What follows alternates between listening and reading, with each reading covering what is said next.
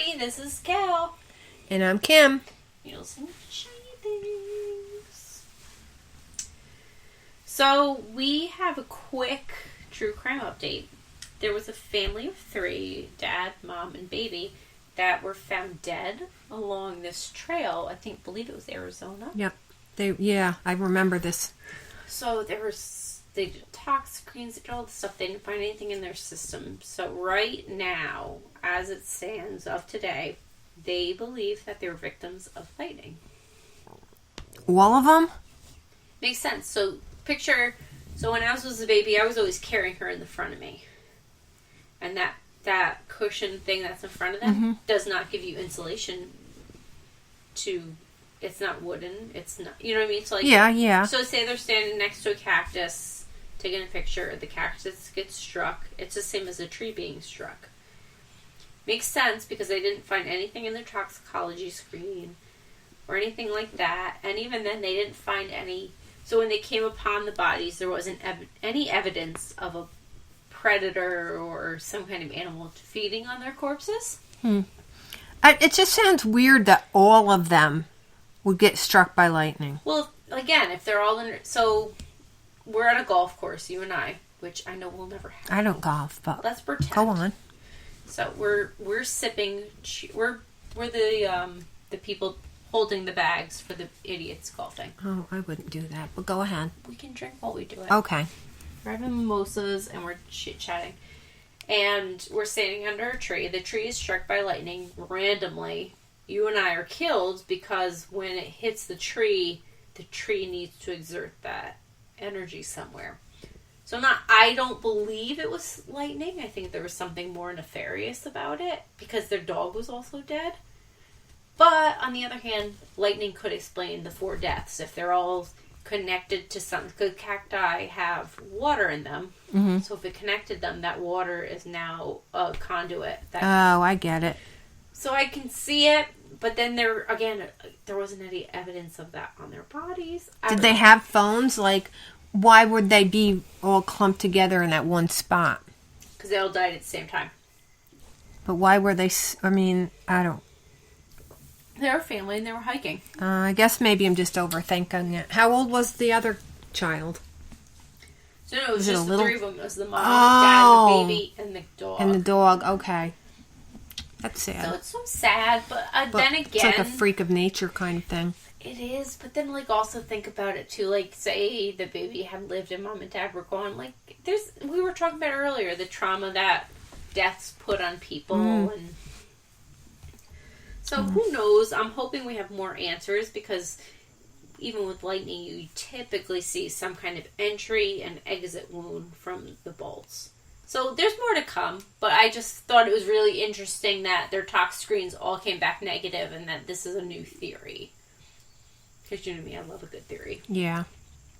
But today, I am going to tell you all about George Trepal. He was a first-class human bag of shit. So let's start. So, Pearlin Pie is his nickname, and Peggy Carr were married in 1988. They lived in the small town of Altruist, Florida. They lived with their 4 of 5 children in this rural area, and they had 2 neighbors, George and Diana Trepal. It was October of 1988, and Peggy Carr, who was 41 at the time, and she worked as a waitress, she started having these flu-like symptoms. So I didn't think about it. We pop some Benadryl, we take some NyQuil, and we call it a day. But then, she had this excruciating pain. Excruciating. Listen, I'm not going to make it into the club that this other guy did. And it was attacking her feet. I can't imagine. My grandfather had gout once, and he was I hear that's very painful.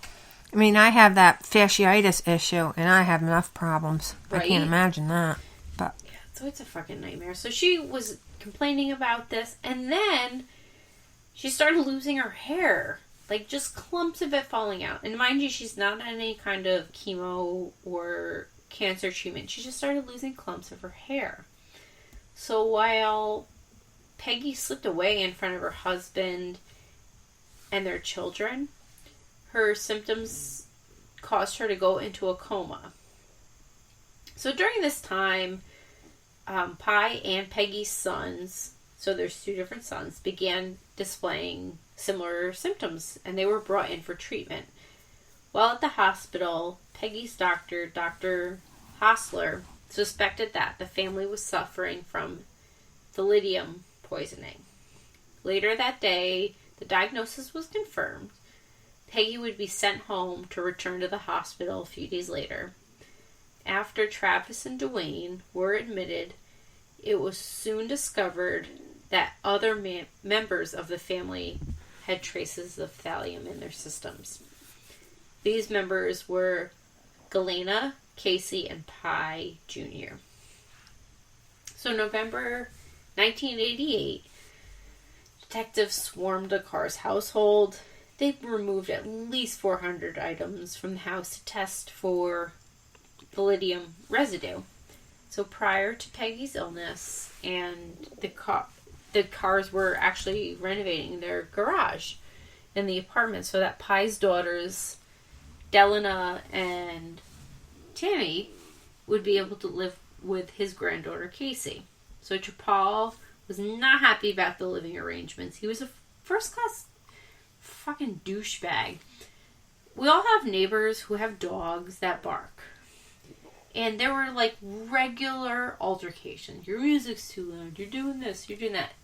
Even them, if you drew a circle, there's no neighbors within a quarter mile. So he complained about their dogs barking and all this other stuff. And at first, Trepal was like, all right, well, that's fine. And his wife was bitching about it. She's an orthopedic surgeon, so I get it. She needs her sleep. But also, if you want to live on a secluded land, go buy a fucking island. Dogs bark. And that's that. Yeah, but you don't live near dogs. They drive me insane, and I have 2 of them. I'm not a dog. But they don't bark at night. My parents' dog barks a lot. His name's Well, Mike. he doesn't stay outside like a real... They don't... They're not real dogs. Mike doesn't either. He fucking barks to the window. It's like, I just saved you from that chipmunk. Mike, shut the fuck up and go take a nap. Anywho. I'm sorry. I'm a cat lady because cats meow. And that can be annoying at times.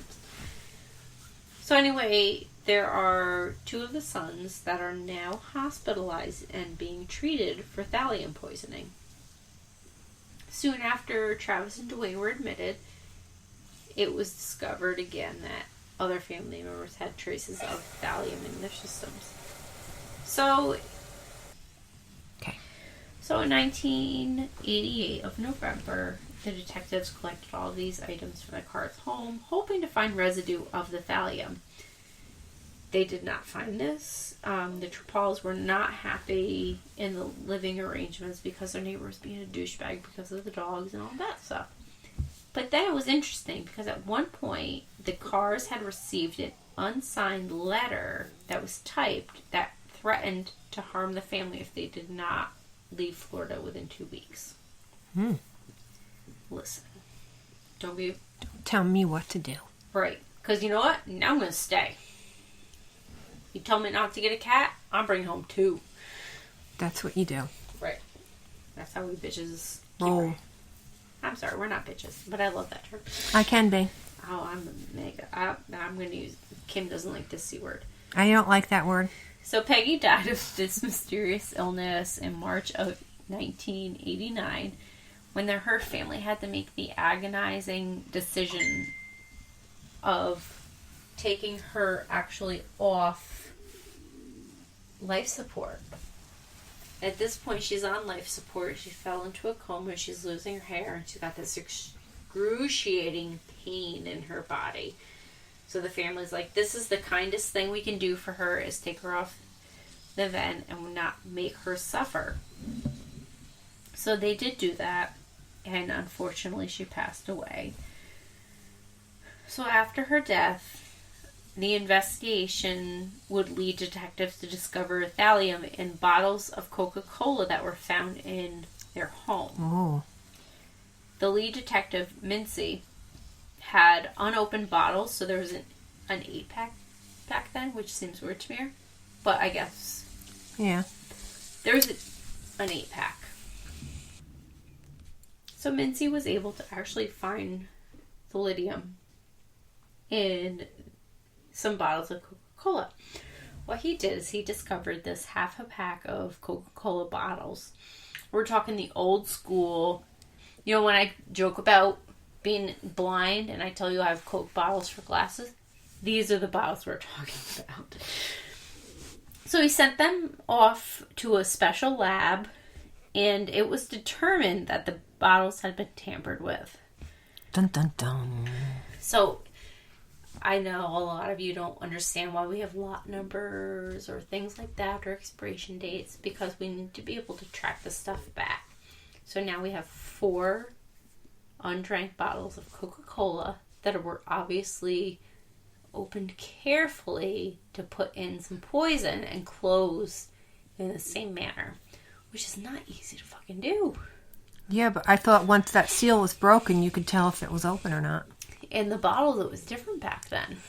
Oh, that's true. It wasn't a can where you could saw... actually use the wire snippers to snip it back hard on there. They think that he was an opener, but not sturdy enough to bend the cap. Yeah. But there were definite imprints that made it known that he wasn't fucking around. Oh, I get it. That would, that's a good idea. But well, that's like the Tylenol murders, which I really want to cover. So that might come after Halloween, because I have a whole slew of Halloween stuff. So the crime lab was like, hey, this dude's a fucking asshole, and or not even him. At this point, the family has Coca-Cola bottles, and they've been tampered with. So when they actually opened them up, they found that there was thallium in them. So thallium, for those who aren't as in-depth chemists as I am, because I had to take so many fucking courses, the thallium is a metal that is also part of the aluminum family. It's odor-free and tasteless, and the side effects of the poison are nerve and muscle damage, which lead to death eventually, which makes sense because Peggy Carr was in excruciating pain, and she died soon after the event, so she had enough of that level in her system to kill her. So after the discovery of the tampered bottles, the FBI did a profile of the person they thought they should be looking for. The police ultimately determined that they were in search of an intelligent white male, mid-30s, that was too chicken shit to solve conflicts face to face. Not like us. Yeah, we go hard at you and get it over with. Kim's like, Kelly, stop fucking breathing because I hear snot. I'm not. You're taking it out of context. No, and then I'm like, Kim, you should have done this. No, we just face the facts because we're BFFs and we have a podcast to run. And look, we don't pussyfoot around. Even when we were working together under the same roof, right, we had the same philosophy, and we've just never broke that, and that's what makes... Put it out on the table and talk about it and get it over with. Right, because if you stew on it, then you're going to end up shanking your friend in the end. And I'm not going to do that because Kim's don't do my that. bestie. I don't want you to do that. I don't want to do that. No, that's why I love you. And that's why I'm saying, we're not a cowardly bitch like this motherfucker. Yeah. So think back and keep in the back of your mind that letter that the Carr family had received about telling them to leave town or they're going to die. Mm-hmm.